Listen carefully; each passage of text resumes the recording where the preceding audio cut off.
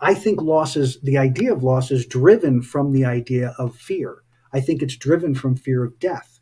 I think that we, as humans, especially in this country, but the humans that I know, construct our whole lives around the idea that we're going to lose in the end. That because we're dying, we're losing. And so this idea of loss is built into the consciousness of the planet. And so everywhere we look, we lose things. But the most important things I think that we lose are of course the people. But is that always true? Sometimes people's loss of a job is more intense than their loss of another human beings. For some, the loss of an important or a specific or powerful artifact or something that we own can also create these issues.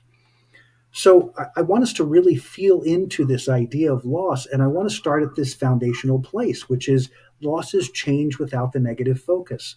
So what's the negative focus? Well, the negative focus to me is this idea that death is a loss in our experience. So we come into this world from the non-physical. We come in this space of love, this magnificence that we come in as, and then we are entrained into this environment full of fear, constant stimulation of fear, and not enoughness, and not good enoughness. And then building into that, we add religion.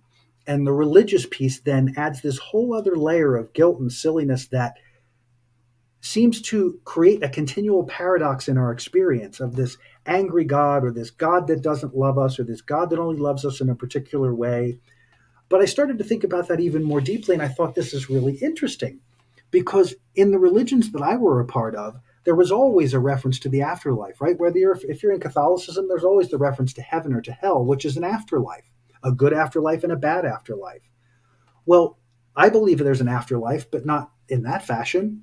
I don't believe I don't believe it in the way that the church has construed it.